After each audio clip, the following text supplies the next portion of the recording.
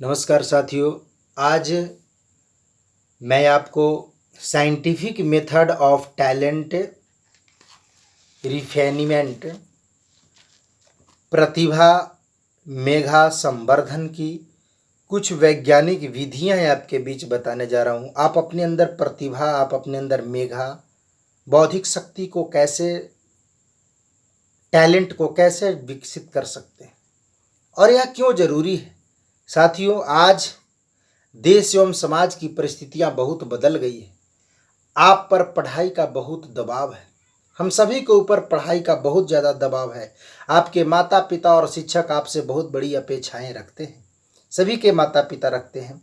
यह प्रतियोगिता का युग है, कंपटीशन का युग है। जीवन के किसी भी क्षेत्र में सफलता के लिए प्रतियोगिता में सफल होना आवश्यक है। अगर आप कहीं भी सफल होना चाहते हैं तो कंपटीशन में आपको सक्सेस होना बहुत जरूरी है। अतः आप सबसे यह अपेक्षा रहती है कि आप इतना मेधावी, प्रतिभाशाली और योग्य बने कि प्रतियोगिता में सफलता प्राप्त कर लें। इसी दबाव के कारण आज बहुत सारे छात्र लोग वो मानसिक तनाव में रहते हैं और आपके मन में निराशा और विचार आने लगते हैं। मेंटली टेंशन में रहने के कारण हर कोई व्यक्ति निराश हो जाता है, मानसिक तनाव रहने लगता है। कमजोर मनोबल के बच्चे आत्महत्या करने को उतारू हो जाते हैं। कई प्रकार की आपने कहानियां सुना होगा, उदाहरण आपने सुना होगा। कई लोगों की कहानियां सुने होंगे कि मैट्रिक एग्जाम में, इंटर के एग्जाम में या किसी प्रकार के कंपटीशन के एग्जाम में कोई बच्चा यदि फेल कर जाता है या मार्क्स कम लेकर के आता है, गार्जियन की बातों को, डांट को बर्दाश्त नहीं कर पाता है और वो अपनी जीवन लीला ही समाप्त कर लेता है। इसलिए माता पिता जहां अच्छी पढ़ाई और शिक्षा में ऊंची उपलब्धियों के प्रति बच्चों को प्रोत्साहित करें, माता पिता बच्चों को जितना ऊंची से ऊंची लक्ष्य प्राप्त करने के लिए प्रोत्साहित करते हैं, उतना ही धैर्य और साहस भी प्रदान कराने का उन्हें प्रोत्साहन देना चाहिए। सफलता न मिलने पर उन्हें निराशा से बचाएं। यदि बच्चे सफल ना होते हैं तो उन्हें निराश ना होने दें। उनसे कहें कि इस प्रतियोगिता में इसलिए नहीं सफल हुए हैं कि ईश्वर किसी और अच्छी परीक्षा में उन्हें सफल बनाना चाहता है। बच्चों को अध्ययन में परिश्रम के साथ प्यार और धैर्य दिलाना भी आवश्यक है। बच्चों को यदि हम लोग पढ़ाते हैं तो उन्हें प्यार के साथ साथ धैर्य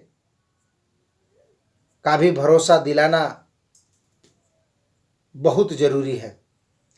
इस कंपटीशन के युग में आपके अंदर सकारात्मक ऊर्जा बढ़ाना बहुत आवश्यक है। यहां हम उन वैज्ञानिक तकनीकों की आपके बीच में मैं कुछ बातें करूंगा जो आपके अंदर शैक्षणिक और प्रतियोगी परीक्षाओं में बहुत अच्छे मार्क्स आप ला सकते हैं। और जो मैं टेक्निक बताऊंगा उसका आप आने वाले कंपटीशन में यूज करेंगे। आप अनंत शक्तियों का भंडार हैं, लेकिन यह शक्तियां आपके अंदर प्रसुप्त अवस्था में रहती है, सोया हुआ अवस्था में रहता है। प्रत्येक व्यक्ति के अंदर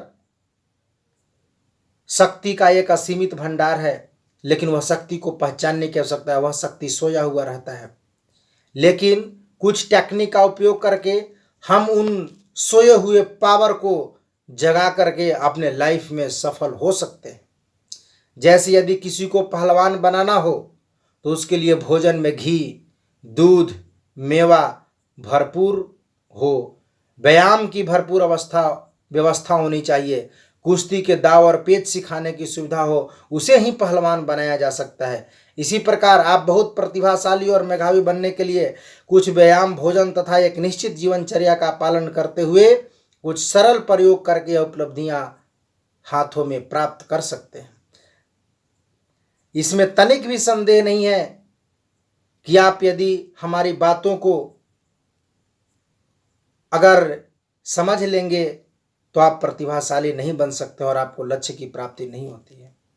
क्योंकि मेरे साथियों, मेरे बच्चों, मैं एक कहानी आपको बता करके समझाना चाहता हूं कि जिसका बहुमत होता है उसी की जीत होती है।